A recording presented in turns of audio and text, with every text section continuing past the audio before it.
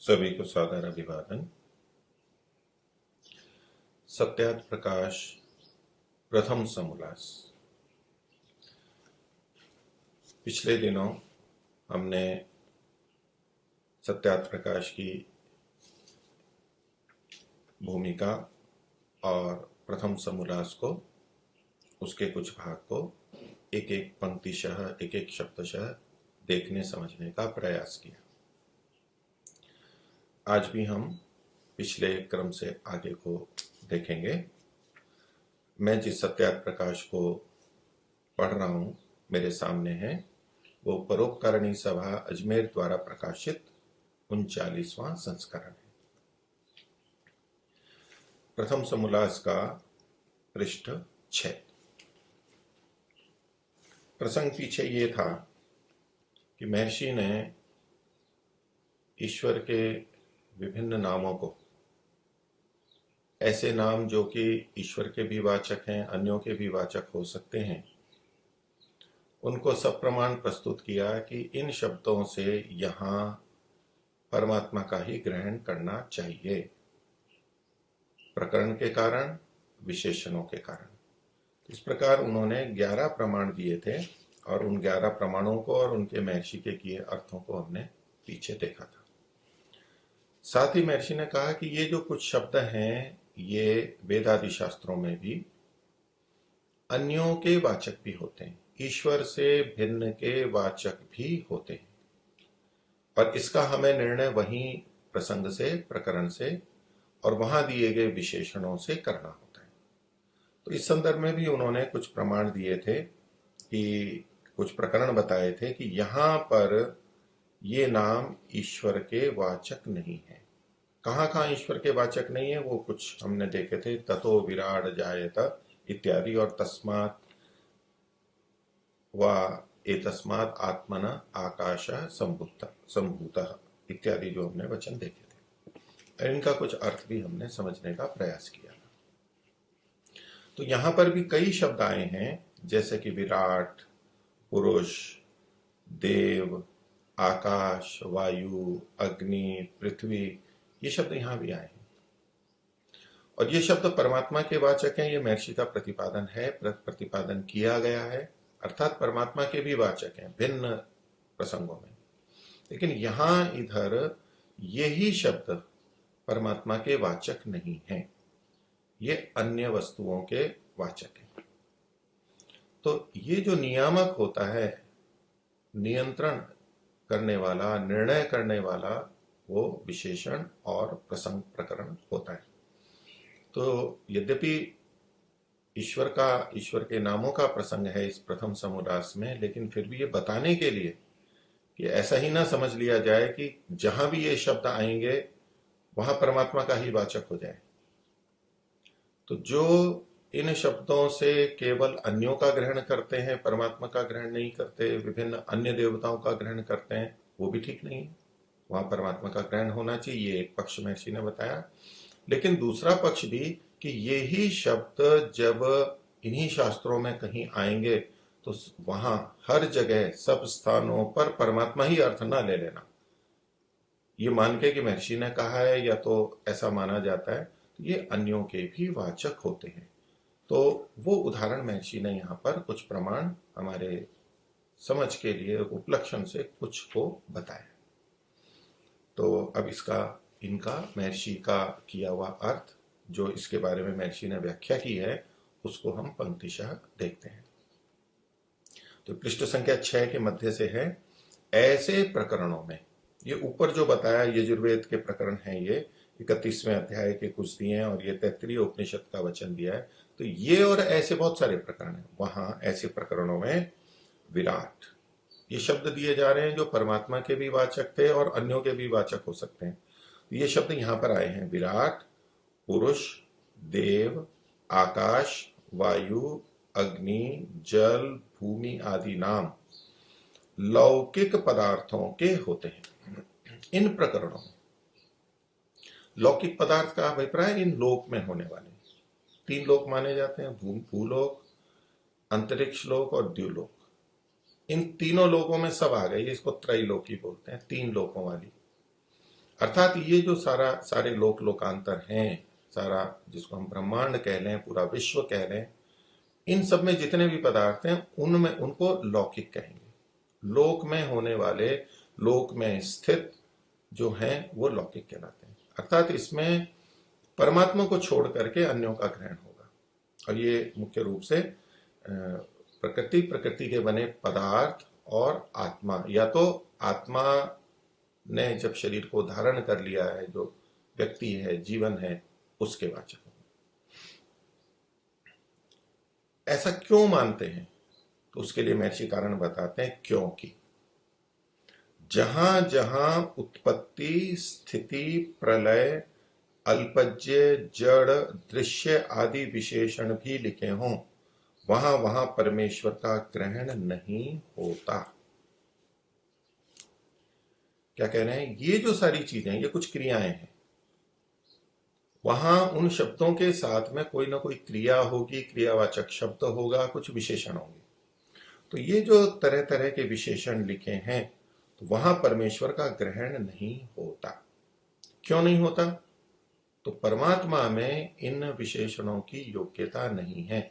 इन गुणों वाले या इन क्रियाओं वाले पदार्थ दूसरे हैं, परमात्मा से भिन्न है, तो उन्हीं का यहां पर ग्रहण होगा। तो वाक्यार्थ बोध में यहां किसका अर्थ ग्रहण किया जाएगा, ये आसपास के शब्दों और विशेषणों से हमें पता लगता है। तो अब देखिए, इसको हम थोड़ा सा समझते हैं। जहां महर्षि ने कारण लिखा क्योंकि, जहां जहां उत्पत्ति, स्थिति, प्रलय, ये 3 शब्द लिखे। अब इनको हम कैसे समझें? अब उत्पत्ति, स्थिति और प्रलय, ये 3 शब्द कहां जाकर के जुड़ेंगे?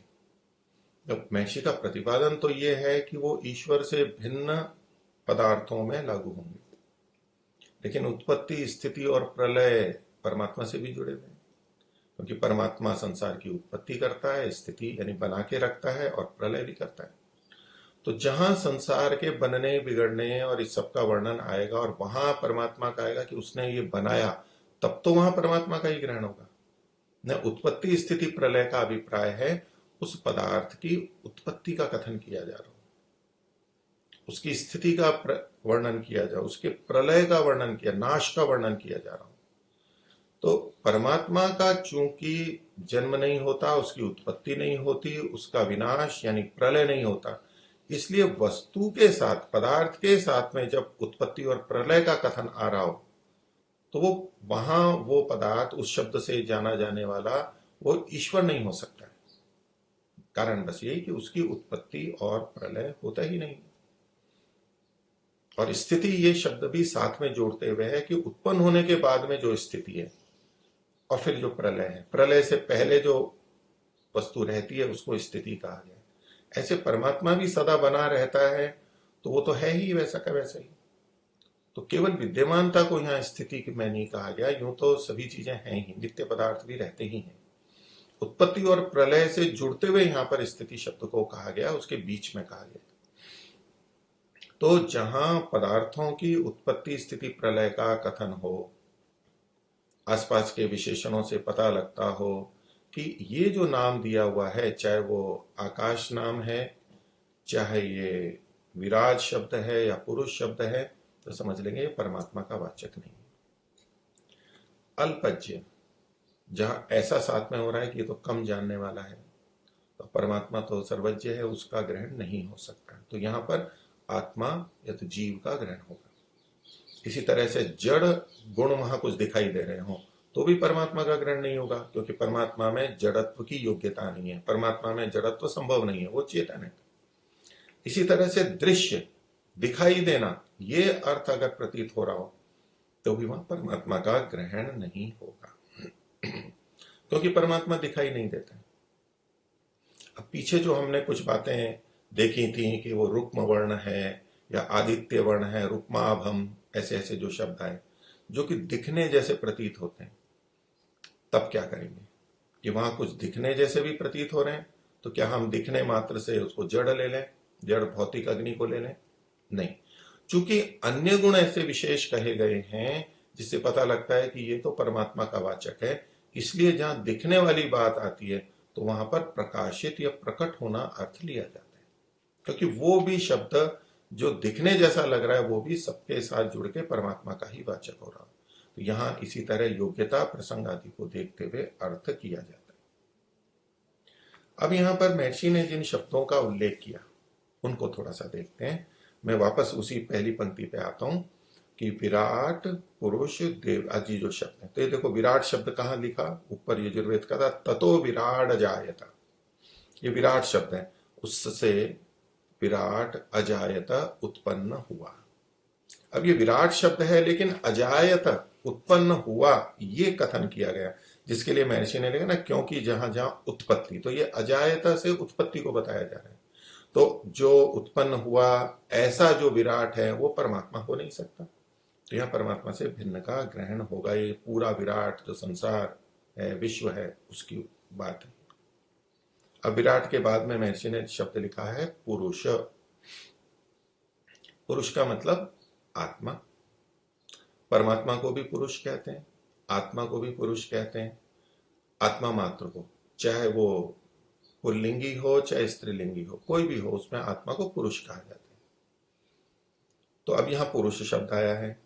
अब यहां पुरुष मूल में कहां पर आया है, तो ततो विराट जायत विराजो अधिपुरुष। अब यहां शब्द क्या लिखा है, पुरुष, प में बड़े ऊ की मात्रा है, दीर्घ है, और नीचे जो लिखा है वो पुरुष लिखा हुआ है।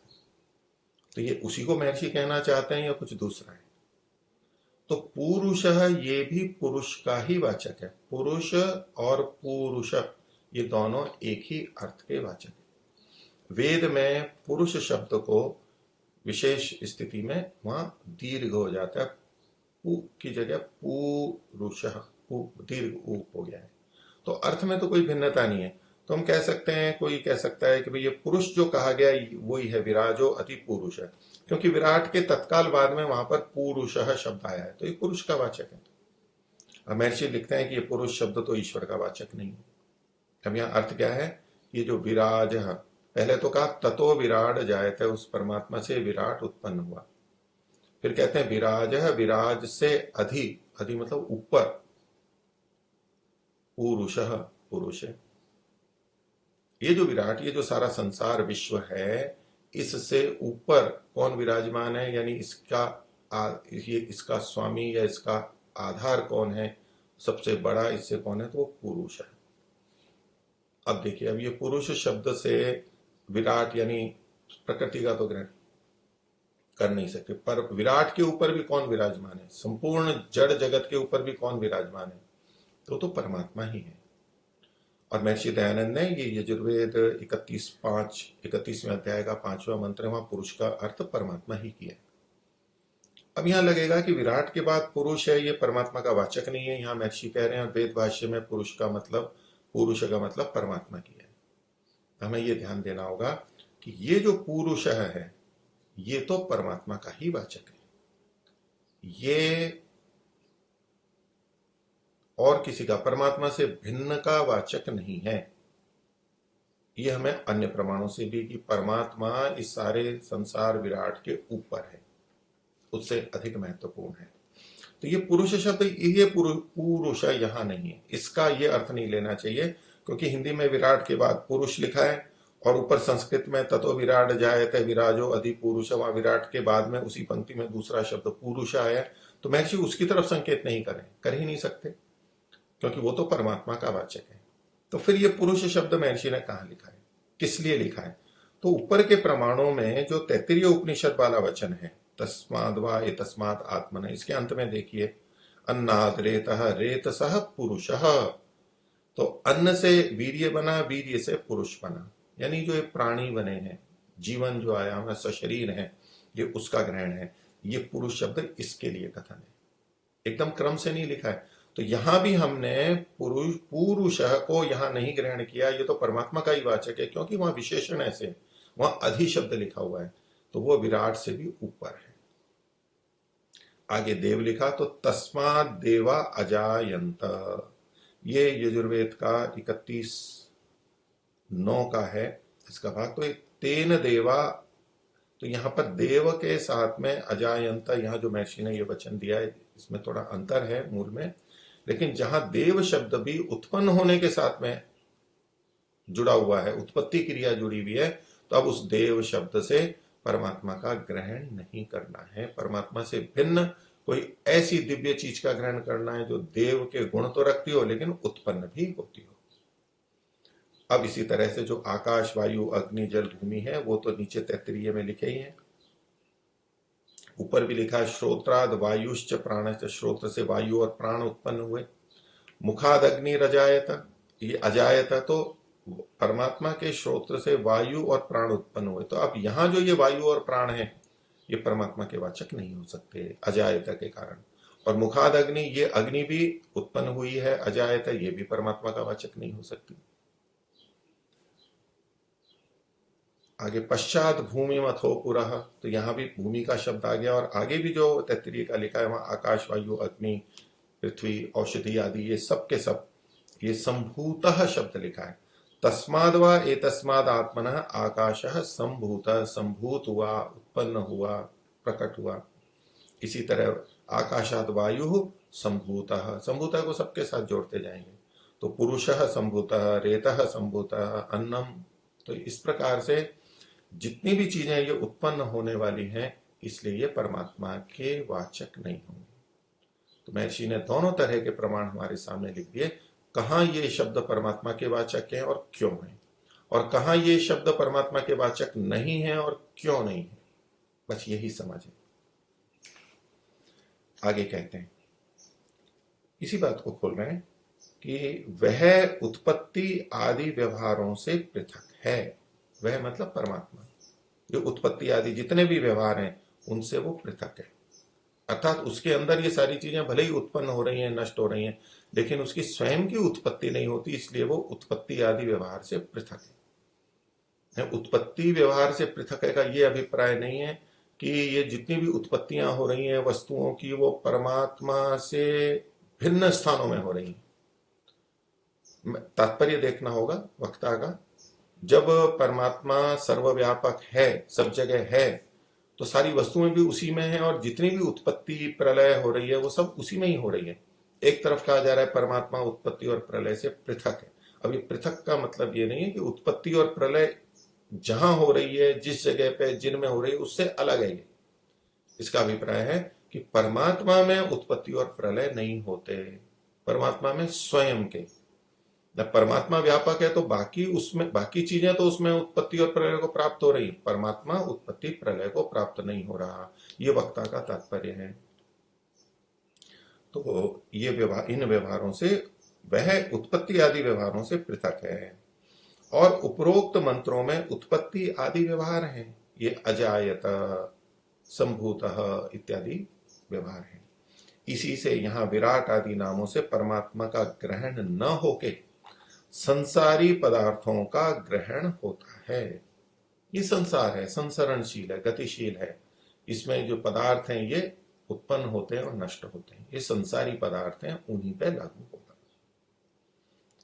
अब और स्पष्ट कर रहे हैं आगे परमात्मा के लिए, किंतु जहां सर्वज्ञादि विशेषण हो, पीछे विशेषणों में उन्होंने बताया था जैसे अल्पज्ञ, तो यहां परमात्मा के लिए होगा सर्वज्ञ, सर्वज्ञ विशेषण हो। वहीं वहीं आदि शब्द लिखा है ना, सर्वज्ञ आदि, तो सर्वज्ञ हो, चेतन हो, अदृश्य हो इत्यादि धर्म होने चाहिए। वहीं वहीं परमात्मा उसका ग्रहण करना चाहिए। और जहां जहां इच्छा, द्वेष, प्रयत्न, सुख, दुख और अल्पज्ञादि विशेषण हो, वहां वहां जीव का ग्रहण होता है। तो चूंकि ये जो सारे हैं, इच्छा मतलब ये सारी लौकिक इच्छाएं, इच्छा, द्वेष, प्रयत्न, सुख और दुख और अल्पज्ञादि, तो जहां हम मनुष्यों जैसे भावनाएं हों, व्यवहार हों, वो परमात्मा के नहीं माने जा सकते। और वहां यदि पुरुष शब्द का ग्रहण है तो वो जीव का ग्रहण होगा, परमात्मा का ग्रहण नहीं होगा। ऐसा सर्वत्र समझना चाहिए।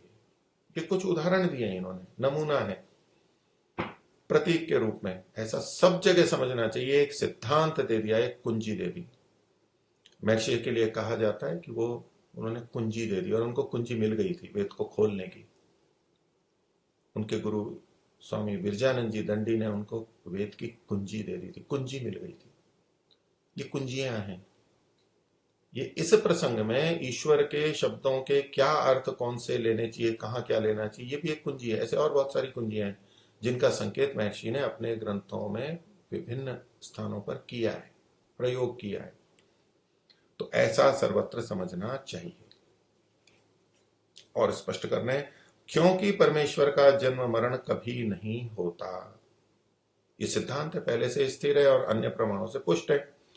तो उस स्वीकृत सिद्धांत के विपरीत अर्थ यहां हम कभी ग्रहण नहीं करेंगे, पहले से सिद्ध है वो। तो परमेश्वर का जन्म मरण कभी नहीं होता, इससे विराट आदि नाम और जन्मादि विशेषणों से जगत के जड़ और जीवादि पदार्थों का ग्रहण करना उचित है, वही उचित है। हम ये हट नहीं कर सकते कि ये शब्द तो परमात्मा के लिए आया है, बताया है, तो अब सब जगह इसी का ग्रहण होगा, हम दूसरे का ग्रहण करेंगे ही नहीं। हम इतने ईश्वर भक्त बन गए कि ये शब्द तो परमात्मा के लिए ही होगा, दूसरे के लिए नहीं होगा, हो ही नहीं सकता। तो ऐसा नहीं, उचित यह है अन्यों का भी ग्रहण कर सकते हैं, परमेश्वर का नहीं। अब समोल्लास के मुख्य विषय को और आगे बढ़ा रहे हैं। अब ये भूमिका की तरह से हमें उन्होंने कारण आदि हेतु आदि समझाया। तो इस प्रथम समोल्लास का जो मुख्य विषय है, ईश्वर के नामों का अर्थ बताना और इन नामों को, ये नाम किसके वाचक हैं ये बताना, और ये परमात्मा के वाचक क्यों हैं। क्योंकि पीछे जो महर्षि ने बात कही थी कि इस परमात्मा के जितने भी नाम हैं वो सार्थक हैं, अनवर्थक हैं। तो वो सार्थक कैसे हैं वो बताएंगे। तो ईश्वर के ओंकार आदि नामों की व्याख्या ये सत्यार्थ प्रकाश प्रथम समोल्लास का मुख्य विषय है, और उसी से हम ईश्वर का स्वरूप ठीक ठीक जानते हैं। तो अब उसको प्रारंभ कर रहे हैं। उसके लिए लिखते हैं, अब जिस प्रकार विराट आदि नामों से परमेश्वर का ग्रहण होता है, विराट आदि नामों से परमेश्वर का ग्रहण होता है जिस प्रकार से, तो कुछ चीज जो पीछे बताई है उससे भिन्न बता रहे हैं। पीछे प्रकरण से विराट आदि शब्दों से ईश्वर का ग्रहण होता है बता चुके हैं, अन्य आसपास के विशेषणों से भी पर विराट आदि शब्दों से परमात्मा का ग्रहण होता है वो तो बता चुके हैं। अब फिर जो ये कह रहे हैं कि अब जिस प्रकार विराट आदि नामों से परमेश्वर का ग्रहण होता है वह प्रकार नीचे लिखे प्रमाणे जानो, नीचे लिखे की तरह से समझना चाहिए। तो अब ये जिस प्रकार से ये है, ये कुछ अतिरिक्त बात कही जा रही है, न तो प्रकरण को कहेंगे अब और न विशेषणों को कहेंगे, वो तो हमारे को समझा दिया उन्होंने बहुत अच्छी तरह से। अब जो कह रहे हैं वो एक अलग बात है, अलग प्रकार है कि ये जो शब्द हैं, ये शब्द जिस तरह बने हैं, जिस धातु से, जिस प्रकृति से, उन शब्दों का जो अर्थ होता है, भाषा शास्त्र का जो शब्द का अपना जो अर्थ होता है, वो अर्थ बताते हुए महर्षि बताएंगे कि देखो इस शब्द का ये अर्थ है और ये अर्थ परमात्मा में भी घट रहा है। परमात्मा में ये गुण के रूप में घट रहा है, ये चाहे तो कर्म के रूप में घट रहा है या स्वभाव के रूप में घट रहा है। ये जो परमात्मा के नाम है वो चाहे शाब्दिक हो, कार्मिक हो, स्वाभाविक हो, कोई सी भी किसी भी तरह से हो, लेकिन उस शब्द का अर्थ किसी भी रूप में किसी तरह परमात्मा में घट रहा है। ये परमात्मा में घट रहा है, इसलिए ये शब्द परमात्मा के वाचक है। इस रूप में अब आगे प्रमाण दिए जा रहे हैं। तो अब कहा कि जिस प्रकार, अर्थात अर्थ की दृष्टि से, शब्दों के अर्थ की दृष्टि से कैसे वो घट रहा है उसको आगे समझाना। तो इस प्रयास में वो तो महर्षि तो शब्दों को समझाएंगे, और शब्दों को समझाएंगे तो अर्थ आएगा, अर्थ आएगा तो वो अर्थ परमात्मा में भी है ये हमें समझ में आएगा, ईश्वर का स्वरूप हमें स्पष्ट होगा। तो आगे लिखते हैं, अथ ओंकारार्थ, ओंकार का अर्थ। तो वैसे तो ओम का अर्थ महर्षि ने पहले बताया ही है, और सभी नाम ओम से जुड़ भी जाते हैं। तो प्रथम समोल्लास के प्रारंभ में जहां ओंकार का अर्थ करते हुए उन्होंने 3 अक्षर लिए, अ, उ और म, और अ के 3 अर्थ, उ के 3 अर्थ और म के 3 अर्थ, वो जो वहां समझाए थे, उल्लेखित किए थे, उनका अर्थ यहां पर बता रहे हैं। तो उसी ओंकार का अर्थ है।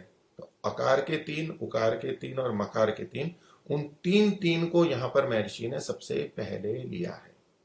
तो वहां हमने पीछे देखा था, अकार के 3 अर्थ थे विराट, अग्नि और विश्व, यहां भी उन्हीं को पहले लिया है।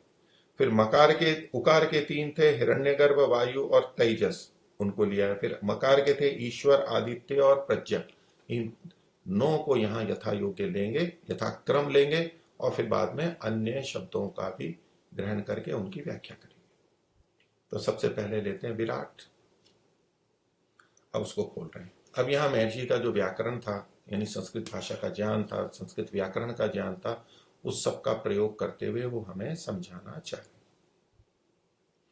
तो अब देखिए विराट ये जो शब्द है, अब इसके अंदर विराट टा तो हलंत है, तो इसमें वी अलग और राट अलग, दो मिलकर के वी को तो उपसर्ग कहेंगे और साथ में राट, विराट ये बना है। और ये जो राट है ये भी राज से राट बना हुआ है, तो इसलिए महर्षि क्या लिखते हैं, वी उपसर्ग पूर्वक। वी पहले लिखा है। राजरी दीप्तो, केवल राजरी दीप्तो धातु से नहीं बनेगा, राजरी दीप्तो से बनता तो राट बनता केवल, अगर बनता तो विराट, जैसे परिव्राट ऐसे। तो यहां राट राजरी धातु है, राजरी दीप्तो इस धातु से क्विप प्रत्यय करने से विराट शब्द सिद्ध होता है। तो उपसर्ग होता है वो पहले आता है, और जो यहां इन्होंने प्रत्यय कहा है वो यहां पर बाद में आता है। तो वी राज और क्विप, क्विप ये पाणिनि व्याकरण की दृष्टि से, भाषा की दृष्टि से पूरा का पूरा हट जाएगा, इसका कुछ बचेगा नहीं।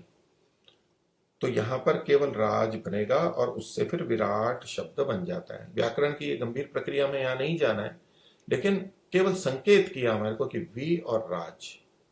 और राज का क्या मतलब है, तो कहा दीप्तऊ, धातु का अर्थ खोला है राजरी दीप्तऊ।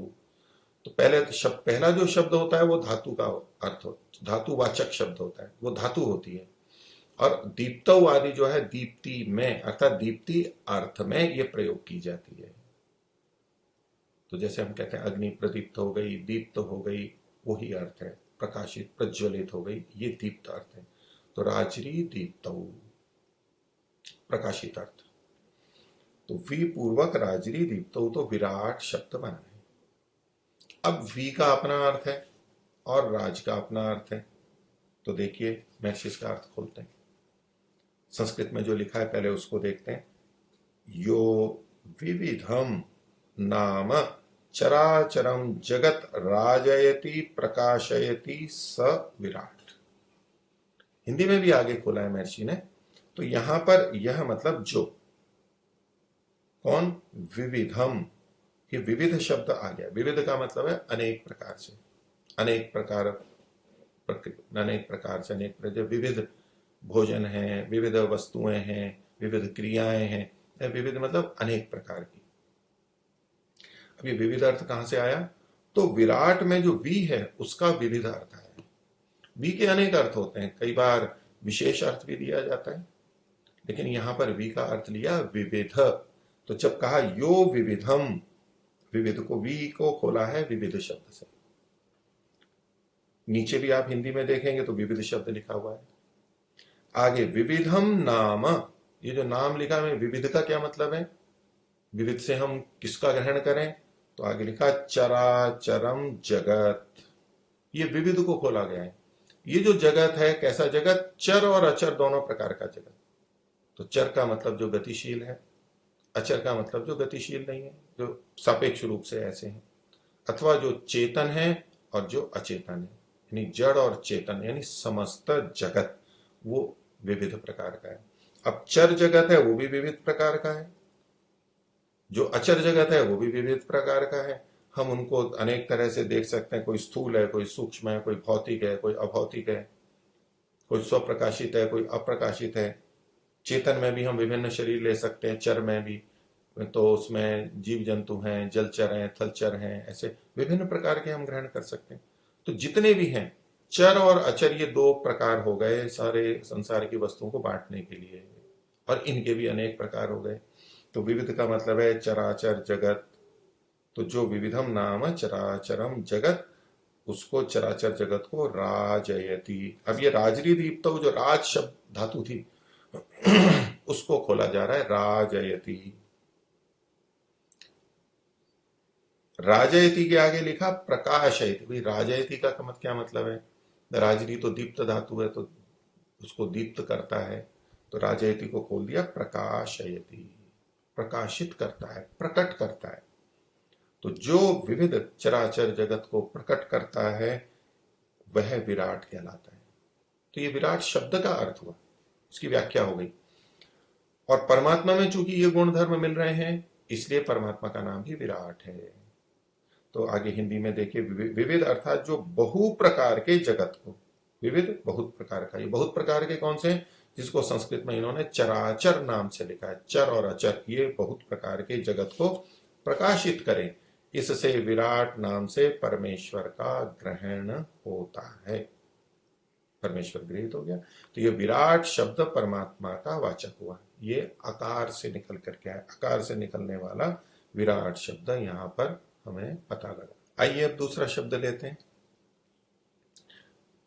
दूसरा शब्द महर्षि का लिया अग्नि, महर्षि ने लिया अग्नि। तो आकार के जो 3 अर्थ हैं उसमें विराट के बाद में है अग्नि। तो अग्नि शब्द परमात्मा का वाचक है। प्रकरण और विशेषणों के साथ हम देखते हैं, लेकिन शब्द भी परमात्मा के साथ जुड़ता है। कैसे जुड़ता है, तो ये अग्नि शब्द कैसे बना उसको बता रहे हैं। तो इसमें धातु है यानी प्रकृति है, अंजु गति पूजनयो। ये जो अंजु शब्द है, अंजु जो लिखा हुआ है ये तो है मूल धातु, और गति पूजनयो ये इसके अर्थ हैं। गति और पूजन ये 2 अर्थ यहां पर बताए गए। तो अंचु धातु है, उससे महर्षि यहां पर अग्नि शब्द का निर्माण मान रहे हैं, और वो 2 अर्थों में है, गति और पूजन। अब ये गति और पूजन दोनों अर्थ या दोनों में से एक अर्थ, कैसे कौन सा अर्थ परमात्मा में घटता है उसको आगे बताएंगे। आगे लिखते हैं अग अगी इण गत्यर्थक धातु है। ये 3 धातुएं और लिखी हैं। अग ये एक अलग धातु है, ये गति अर्थ में है।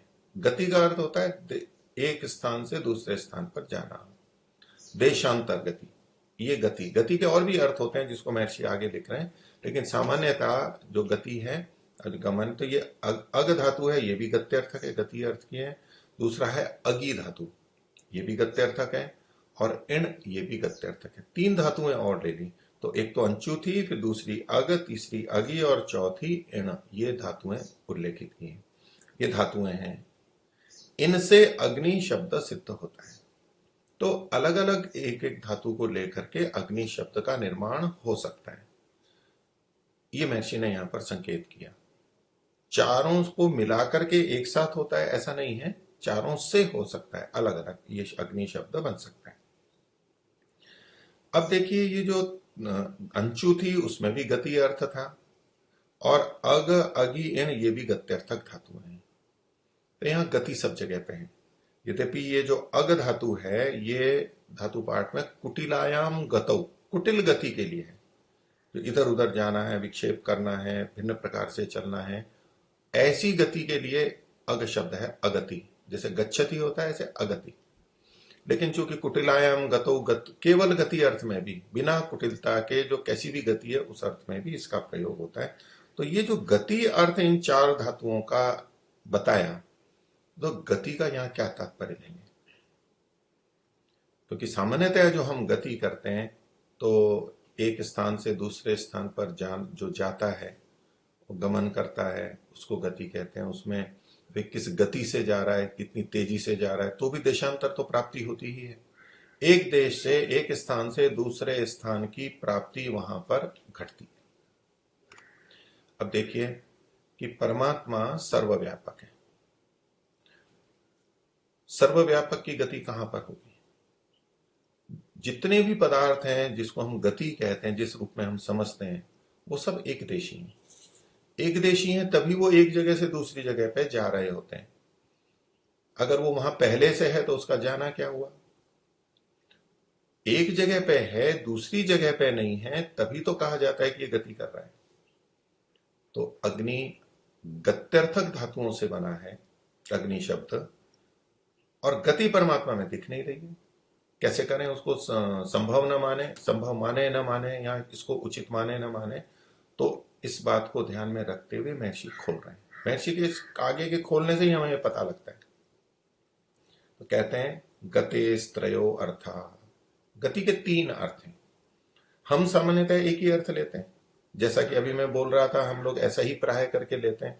तो ये महर्षि कह रहे हैं कि गति के तीन अर्थ होते हैं, ज्ञानम, गमनम, प्राप्तिश्चेति। एक है ज्ञान, दूसरा है गमन, तीसरा है प्राप्ति।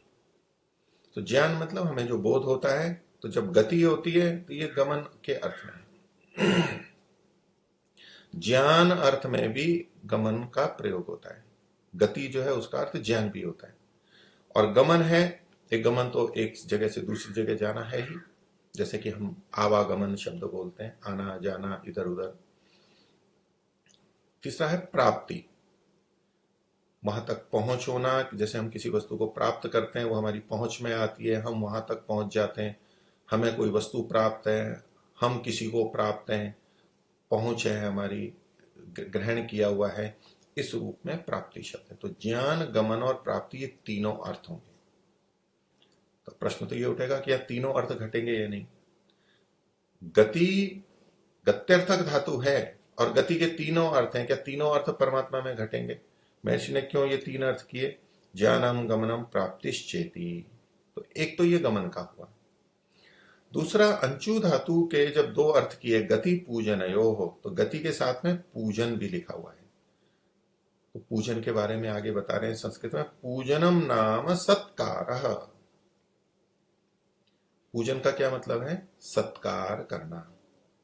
हम सामान्यतः जो बोलते हैं आदर सत्कार करना, सत्य क्रिया करना, जो चीज जैसी है उसके साथ में वैसा यथा योग्य व्यवहार करना, ये उसका सत्कार कहलाता है। यदि किसी बहुत विशेष चीज को हम बहुत सामान्य जगह काम में लें तो उसका सत्कार नहीं होता है, उसका असत्कार हो जाता है। बहुत योग्य व्यक्ति है, वैज्ञानिक है, उसको हम कुछ भोजन बनाने में लगा दें, या आपको यही काम करना है और बाकी आपको अनुसंधान आदि कार्य नहीं करने हैं, तो ये उसका सत्कार नहीं है, असत्कार है। कोई व्यक्ति जिस चीज के योग्य है वो न करके बहुत उसको उसके छोटे काम में लगा दिया जाए, उसका असत्कार है। ऐसे ही वस्तुओं का भी है। मान लीजिए कोई बहुत महंगी गाड़ी है, कार है, और उसमें हम सड़क पे पड़ा हुआ कचरा डाल करके ले जाएं, उसको ढोएं। सड़क का कचरा तो दूसरे वाहनों में भी ले जाया जा सकता है, ऐसी महंगी गाड़ी में डाल करके उसको ले जाया जाए तो वो उसका असत्कार हो गया, वो यथा योग्य क्रिया नहीं हुई उसके साथ। तो पूजन क्या होता है कि जो चीज जैसी है उसका वैसा मान करना, मान्य करना, उसका वैसा उपयोग लेना। तो जो अग्नि शब्द है वो पूजन नाम सत्कार, सत्कार अर्थ में भी है। अब देखिए इसके आगे फिर संस्कृत में महर्षि कुछ लिखते हैं, यो अंचति। ये जो अंचति शब्द बना है, ये अंचति संस्कृत की दृष्टि से लट लकार के प्रथम पुरुष का एक वचन है। तो जब उस धातु को क्रिया में डाल करके ऐसे धातु रूप बना करके बोलते हैं तो अर्थ के ग्रहण के लिए ऐसा। तो यह अंचति जो गति करता है, अंचति अंश का जो भी अर्थ है वो तो हम आगे देखेंगे। तो अंचति, ये जो अंचु धातु थी, गति पूजन है, वो अंचु शब्द से अंचति बना है यहां पर, ये परस्मयी पद का है। फिर आगे कहा अच्छते, ये भी अंचु धातु से ही बना है। अंचति और अच्छते दोनों अंचु धातु से ही बने, उसी के अर्थ को खोला जा रहा है। अंचति है ये परस्मयी पदी है, अच्छते है ये आत्मनेपदी है।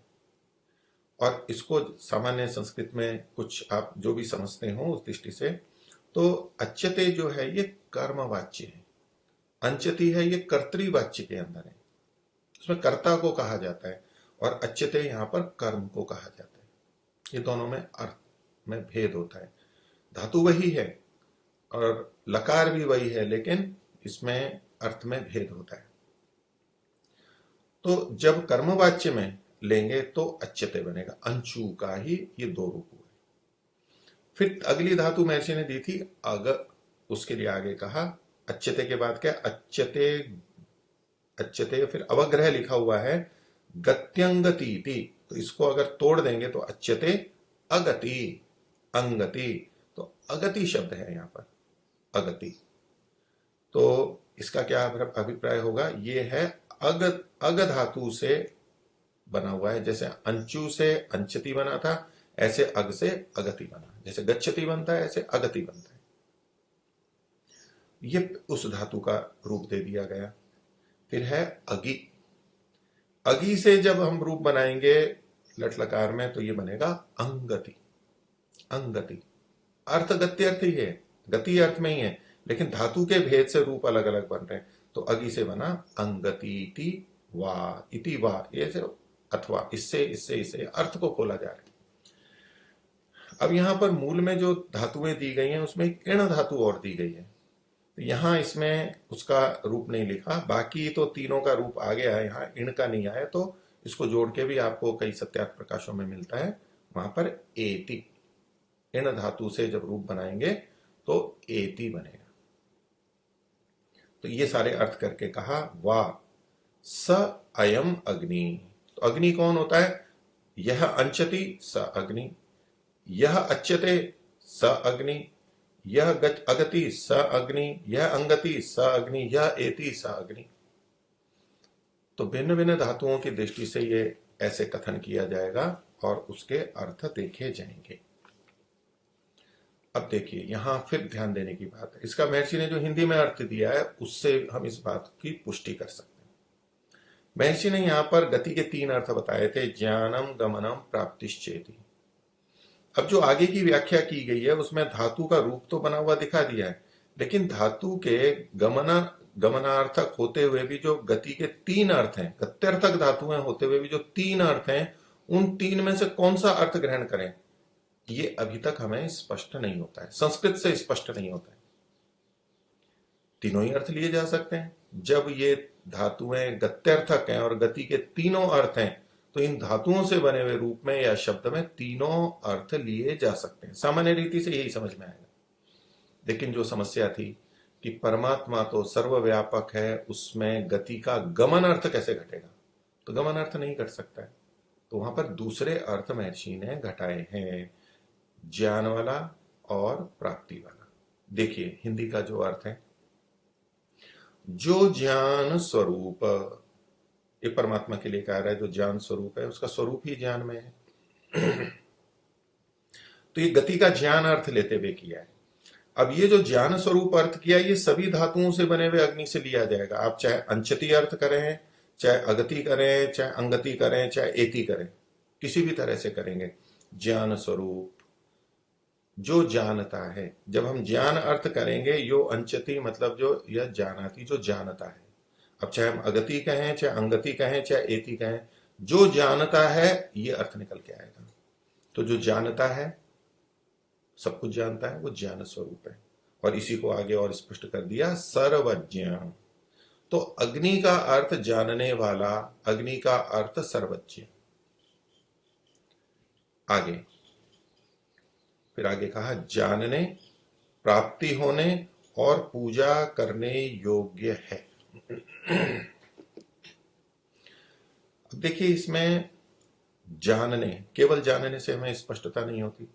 ज्ञान स्वरूप है, स्पष्ट हो गया। सर्वज्ञ है, स्पष्ट हो गया। जानने है, ये हम लगा नहीं सकते। इसको कैसे जोड़ेंगे? योग्य है, इसके साथ जोड़ेंगे। आगे जो लिखा ना, पूजा करने योग्य है, तो अगर इस योग्य को केवल पूजा करने योग्य के साथ लगाएंगे तो बात नहीं बनेगी। तो ये योग्य को, योग्य है को लगाएंगे। जानने योग्य है, प्राप्ति होने योग्य है और पूजा करने योग्य है। महर्षि जिस तरह से अर्थ कर रहे हैं और जो ऊपर इन्होंने कहा, मैं भी उसको आपको संस्कृत की दृष्टि से भी बताऊंगा। संस्कृत से हिंदी भी खुल जाती है और हिंदी से संस्कृत भी खुल जाती है, क्योंकि कई बार जैसा संस्कृत में लिखा है वैसा का वैसा हिंदी में नहीं होता है, और जैसा हिंदी में है वैसा का वैसा संस्कृत में नहीं होता है। लेकिन जब हम दोनों को मिला करके देखते हैं तो हमें अभिप्राय और अधिक स्पष्ट हो जाता है कि वक्ता कहना क्या चाह रहा है। तो अंचु धातु के जो ये अर्थ हैं, अंचति कहें, अगति कहें, अंगति कहें, एति कहें, इसकी दृष्टि से तो ज्ञान अर्थ महर्षि ने लिया है। जो जानने, जो जानता है अर्थात ज्ञान स्वरूप है और सर्वज्ञ। अब अन्य जो अर्थ हैं इन धातुओं के, गमन अर्थ यहां महर्षि ने जो आगे लिखा है हिंदी में, इसमें कहीं भी गमन यानी गमन अर्थ में गति नहीं लिखा हुआ है, उसको छोड़ दिया है।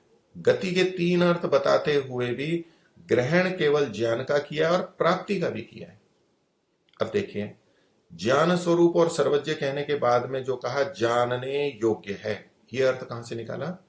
तो संस्कृत में जो यो अंचति अच्यते, अच्यते जो ये है दूसरा रूप, ये कर्मवाच्य का है। तो अंचति का जब हम ज्ञान परक अर्थ करेंगे तो होगा कि जो जानता है, जानने वाला है, वो तो है अंचति। और अच्यते जब करेंगे, जिसको जाना जाता है। अंचति और अच्यते में ये अर्थ का भेद होगा, एक कर्तृवाच्य है, एक कर्मवाच्य है। तो कर्मवाच्य में जिसको जाना जाता है, अच्यते यह स अग्नि, जिसको जाना जाता है वो अग्नि है। तो परमात्मा को जाना जाता है, जाना तो सबको जाता है, परमात्मा को भी जाना जाता है। तो जाना जाता है अर्थात वो जानने योग्य है, जाना जाता है, जिसको जाना जाता है। तो इसका अभिप्राय महर्षि का है जो जानने के योग्य है।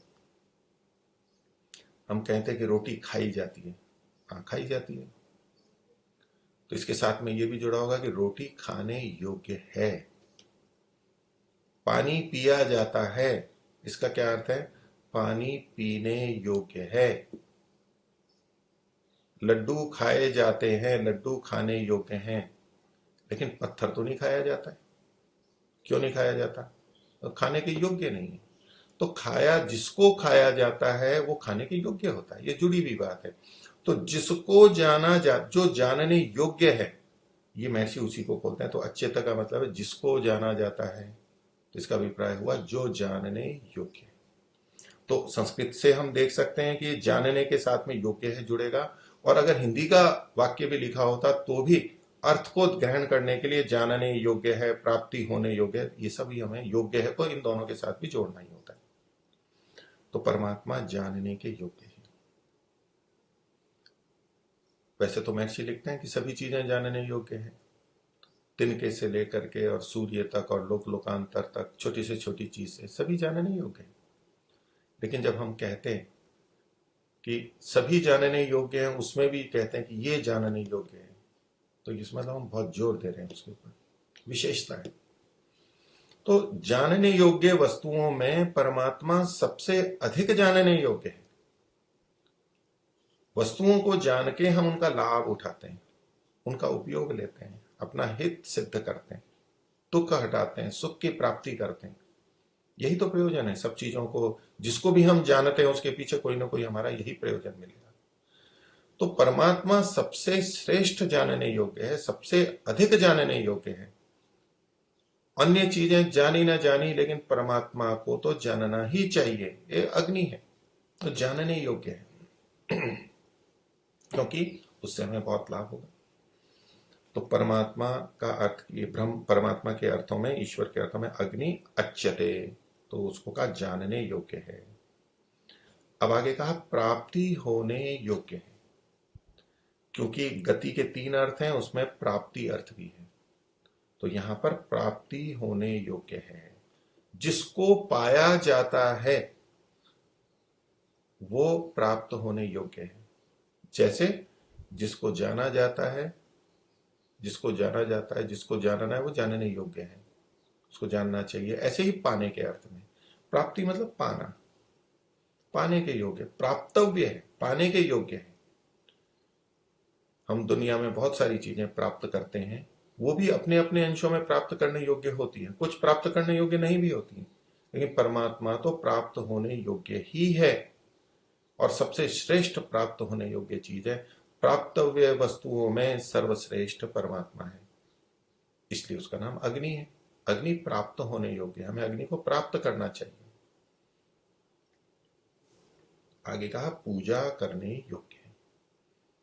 अब यहां भी उसी तरह अर्थ लगेगा अच्छे के साथ, क्योंकि अंशु धातु का गति के अलावा पूजन अर्थ भी है। तो पहले अंशु का गति अर्थ, गति के तीन अर्थ, तीन में से दो को लिया, ज्ञान और प्राप्ति, गमन अर्थ को छोड़ दिया है महर्षि ने। और फिर दूसरा पूजन अर्थ, उसका पूजा करने योग्य, पूजा का अर्थ महर्षि ने सत्कार किया है। हम ईश्वर के प्रति आदर भाव रखें, सत्कार करें, सत्य क्रिया करें, उसके प्रति यथा योग्य व्यवहार करें, इसके वो योग्य है, वो इसकी पात्रता रखता है। इसलिए परमात्मा को अग्नि कहा गया। तो ये बहुत सारे अर्थ यहां पर महर्षि के द्वारा हमें ज्ञात हुए अग्नि शब्द के। तीसरा शब्द लेते हैं विश्व। अकार का ही तीसरा अर्थ महर्षि ने वहां ग्रहण किया था, विश्व।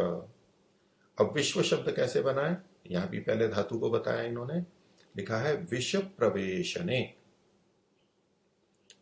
प्रवेश, प्रवेशन, प्रवेश, प्रवेश अर्थ में। प्रवेश को ही प्रवेशन बोलेंगे। प्रवेश जैसे हम कहते हैं प्रवेश द्वार, तो प्रवेश कैसा होता है? विष, विष जो है प्रवेश में, जो विष है, विष का तो वेश हो जाता है, तो प्र उसके आगे लिखा हुआ है प्रकर्ष रूप से। विष मतलब प्रवेश ही है। तो हम प्रवेश कैसे करते हैं?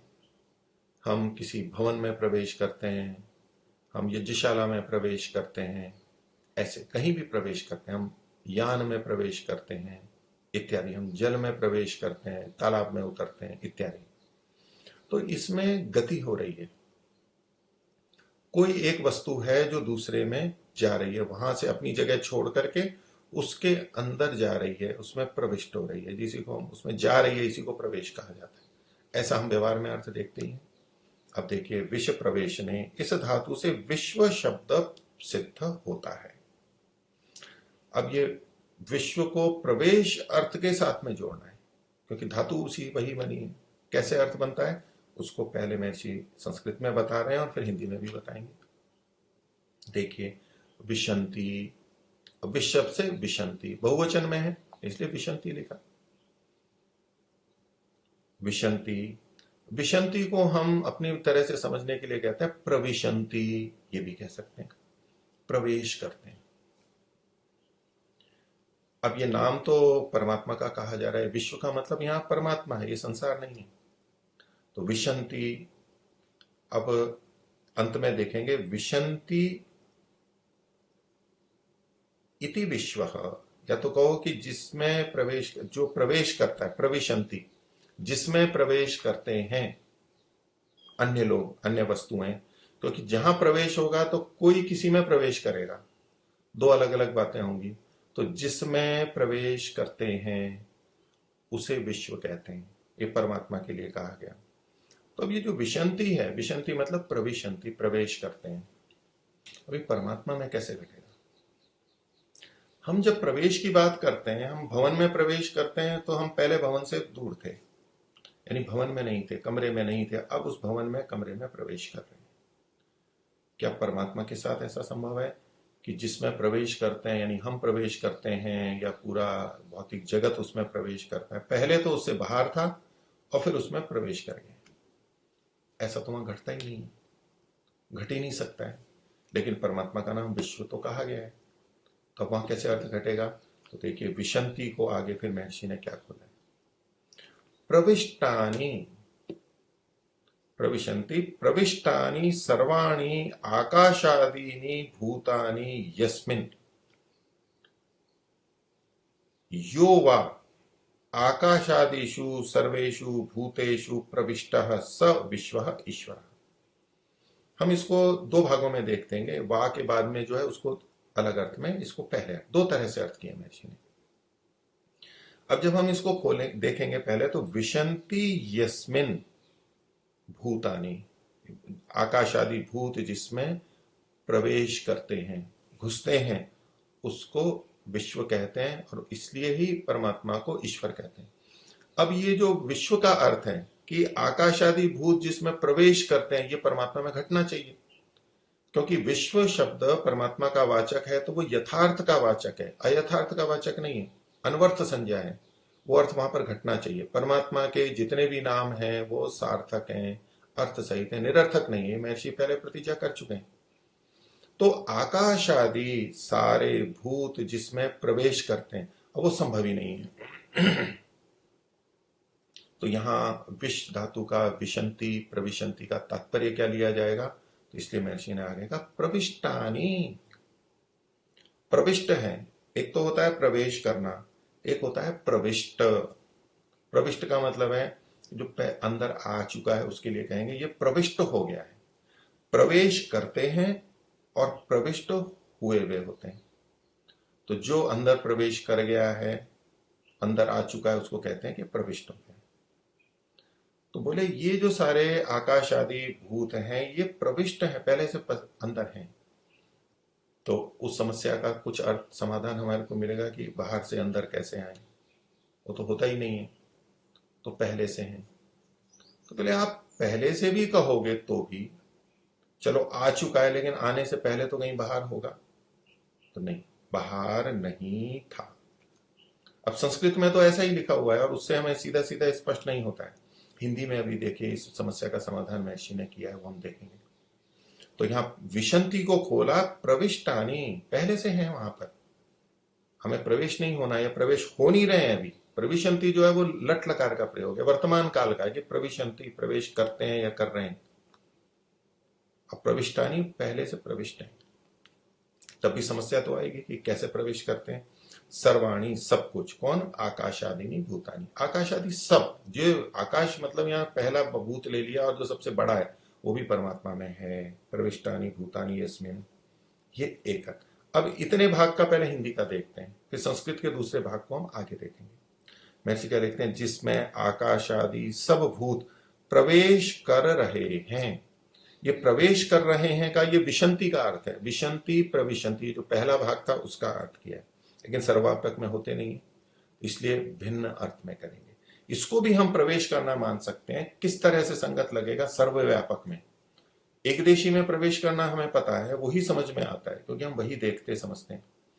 लेकिन परमात्मा में कैसे होगा? परमात्मा सर्वव्यापक है, हम उसके एक स्थान से दूसरे स्थान पर जब जाते हैं तो हम उसी में प्रवेश कर रहे होते हैं।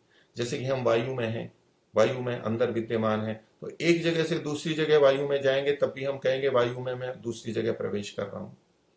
एक तालाब के अंदर हम हैं, वहां कुएं में है, एक जगह पे हैं, वहां प्रवेश कर गए हैं उसमें, लेकिन एक जगह से दूसरी जगह जब अंदर ही अंदर जाएंगे तब भी हम कहेंगे कि मैं यहां से उधर प्रवेश कर रहा हूं या जा रहा हूं, वो भी प्रवेश कह सकते हैं। उस अर्थ में यहां पर भी घट सकता है।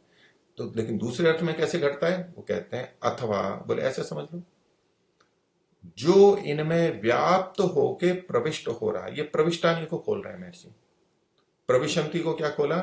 सब भूत प्रवेश कर रहे हैं। प्रविष्टानी को खोला, अथवा यूं समझो जो इनमें व्याप्त होके प्रविष्ट हो रहा है। तो इसको यूं भी कह सकते थे ना महर्षि, प्रविष्ट का मतलब तो जो इनमें प्रविष्ट हो रहा है। बस इतना सा कह देते, प्रविष्ट तो प्रचलित अर्थ है। लेकिन महर्षि के मन में था कि लोगों को ये भ्रांति ना हो, प्रवेश को हम इधर से उधर आने जाने में देखते हैं। तो महर्षि क्या लिखते हैं? व्याप्त होके प्रविष्ट हो रहा है। तो ये प्रविष्ट को खोला गया है, कैसे? व्याप्त होकर के प्रविष्ट हो रहा है। ये दूसरा वाला अर्थ है, ये दूसरा अर्थ है, इसको हम आगे देखते हैं। तो ये जो विशंति और प्रविष्टानी संति का मतलब है, यहां भी इस व्याप्त वाले को हम ग्रहण करेंगे कि परमात्मा चूंकि सर्वव्यापक है और उसमें सब पहले से विद्यमान है, वो एक तरह से प्रविष्ट है। वो कहीं से आकर के अंदर नहीं घुसे, वो तो सदा इसी में थे, इसी में रहेंगे, लेकिन फिर भी उसको प्रविष्ट जैसा, जैसे हम बाहर से आके कमरे में रहते हैं, पानी में जाते हैं, बाहर से अंदर आते हैं, अंदर आके जैसे रहते हैं ऐसे ही हम परमात्मा में रह रहे हैं। तो इसको भी प्रविष्ट शब्द से कहा गया है। अच्छा, दूसरा जो अर्थ है युवा, जो आकाशादिशु सर्वेशु भूतेषु प्रविष्ट, और जो परमात्मा आकाशादि भूतों में प्रविष्ट है, सब में, सब जिसमें प्रविष्ट है और जो इन सब में प्रविष्ट है, ये भी विश्व का दूसरा अर्थ है, जिसको हिंदी में लिखा है इनमें व्याप्त होके प्रविष्ट हो रहा है। अगर हम यूं कहें कि परमात्मा इनमें प्रविष्ट हो रहा है, तो वो का कोई समस्या आएगी कि क्या परमात्मा पहले कहीं बाहर था जो इनके अंदर प्रवेश कर रहा है? पहले परमात्मा में प्रवेश करने वाली दूसरी चीजें थी, तब भी वही प्रश्न आता था, और परमात्मा इनमें प्रवेश कर रहा है तब भी वो की वही बात आ रही है। तो परमात्मा इनमें कैसे प्रवेश हो रहा है? तो व्याप्त होकर के प्रवेश कर रहा है, या व्याप्ति होना ही प्रविष्ट होना है। तो प्रवेश हो रहे हैं, प्रविष्ट है, इसका मतलब है व्याप्त है। परमात्मा इनमें व्याप्त है, और इनमें व्याप्त है और बाकी सारी चीजें इनमें व्याप्त है। तो इनके अंदर इन वस्तुओं में परमात्मा विद्यमान है, इसके कारण से उसको विश्व कहा गया है। इसलिए परमेश्वर का नाम विश्व है। इत्यादि नामों का ग्रहण अकार मात्रा से होता है। ये जो अकार शब्द, एक अक्षर लिया, अक्षर कहते हैं या मात्रा शब्द का भी प्रयोग किया जाता है, तो ये तीन नाम आकार से गृहित होते हैं और तीनों का अर्थ यहां पर बताया गया है। तो आज का विषय हम इतना ही रखते हैं। ओम शांति। नमस्ते।